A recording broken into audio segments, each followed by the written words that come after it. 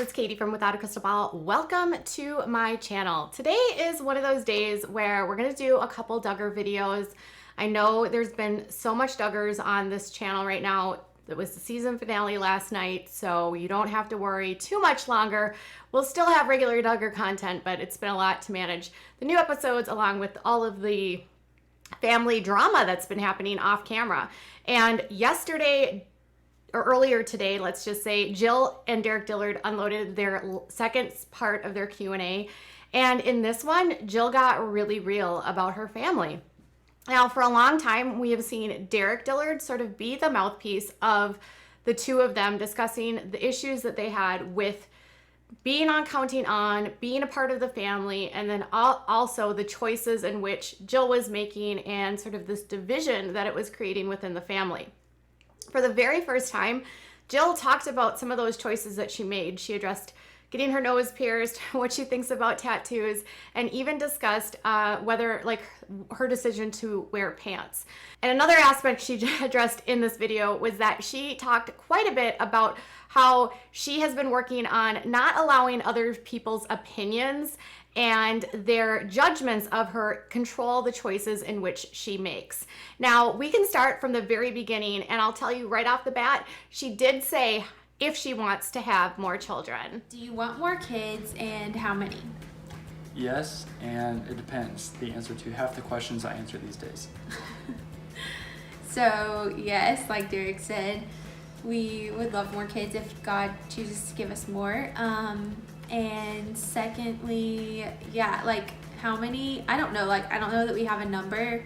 Probably not 20 kids, but again. Ooh, did you see that shade? She's not gonna have 20 kids like her parents, but she is open to having more. And they also talked about how they might be open to adoption as well. Now, in the next clip, she talks about her decision to get her nose pierced. Now, she says that this was always something that she liked, and then Derek was also like, he thought it was cute as well. And as they started talking more about it, she said that she really wanted to do it, but she's going to talk here about how she would have in the past been a little bit more apprehensive to make this decision because of the backlash she would receive from her family. Nose pierced, I liked it. We talked about it. I kind of always thought they were cute, like nose piercings. But I think that some of the decisions that we made, like I probably, even if I liked something before, maybe wouldn't have done it because of maybe some of like the backlash that I would get or something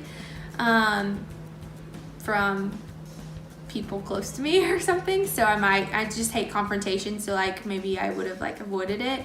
When Derek told me he was cool with me getting my nose pierced, whenever I was talking about it with him one day, I was like, really, you like it? He was like, yeah, I think it's cool.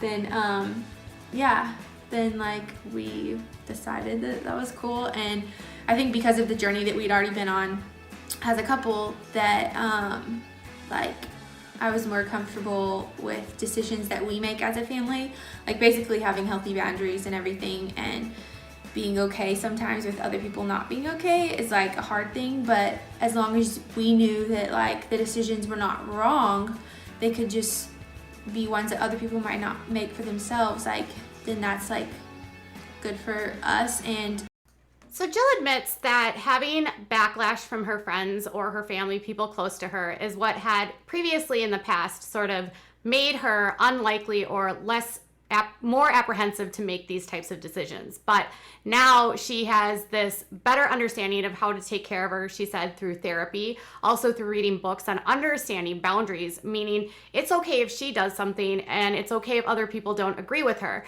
Now, in her world, when she grew up, that was just like not an option. You had the Duggars teach their kids from birth that you do not question authority. You obey without any question. You do not.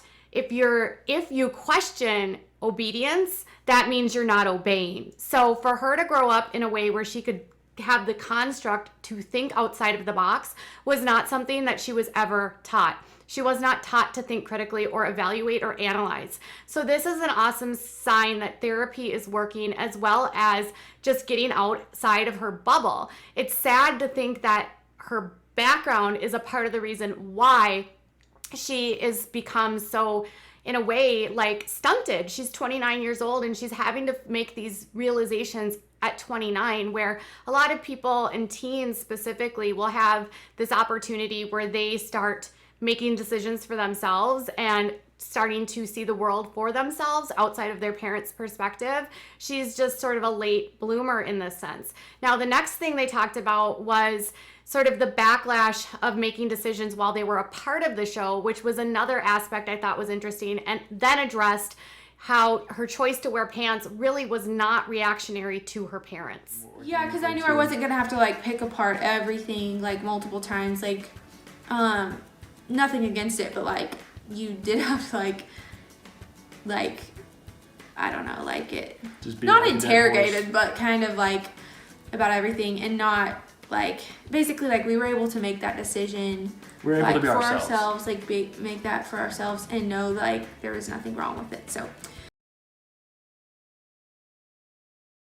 says like leave and cleave and like kind of reevaluating things too, definitely was not like a reactionary thing. I think some people might think, oh, it's like a reactionary thing or whatever. Definitely not. It was very much just like something that like we were just like reevaluating, and for me, like I felt like I could be modest and wear pants.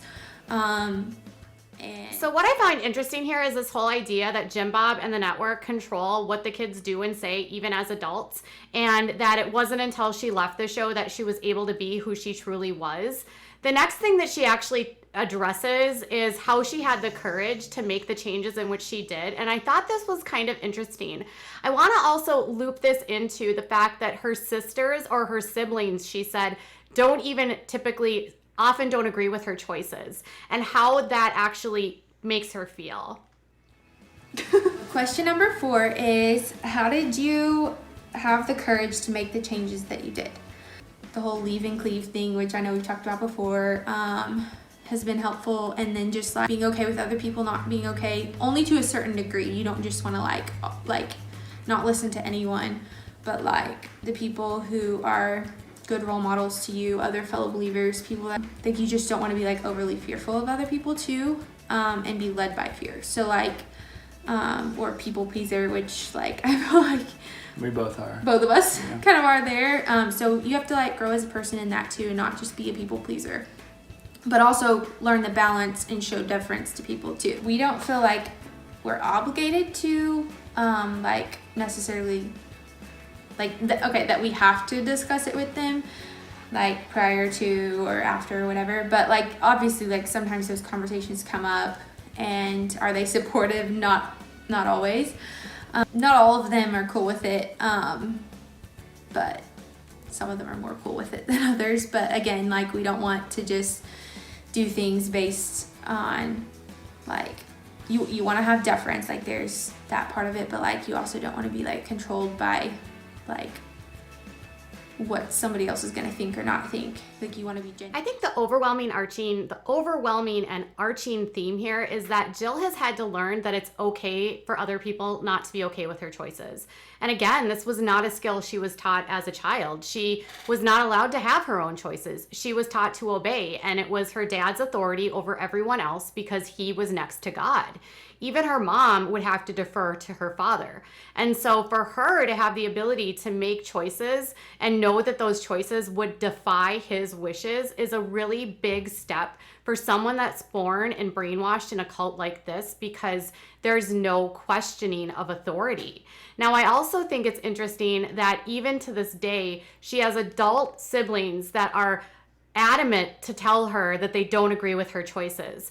Now, one of the things that I have been often wondering in all of this is that they're not allowed to be around the kids. And part of the reason is Jill rubbing off on the younger kids and influencing them in a negative way, likely because Jim Bob and Michelle probably think that she has some sort of demonic possession. I mean, I'm not kidding. That's how these people probably think, because she's allowed worldly thoughts into her brain.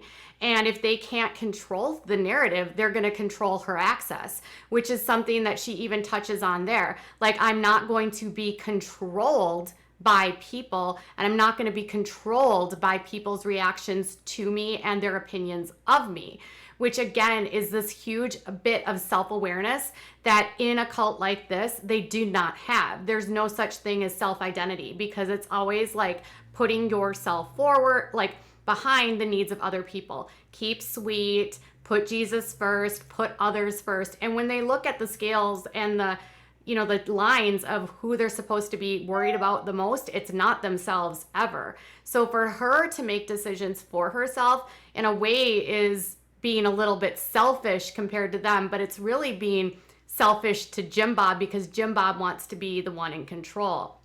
So understanding the dynamics here of not only does she have the machine she's going up against with Jim Bob, but she also has the backlash she gets from her siblings.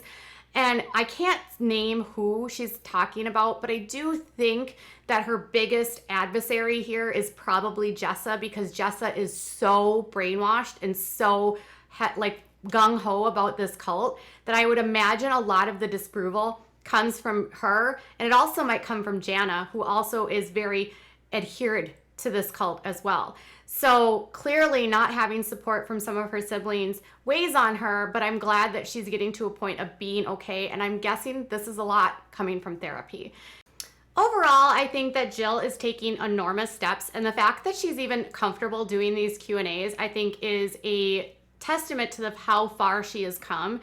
You can still tell that she is a little bit uncomfortable answering some of these questions, and you can also tell, at least I could, that when she's talking about people like her family members, she feels almost in need to protect them, which fits how she grew up sort of as this motherly figure. And I think there's this other aspect of her still finding comfort in her voice, the fact that she can have a voice, and she hasn't spoken out publicly before. And so she did say there will be another Q&A that they do.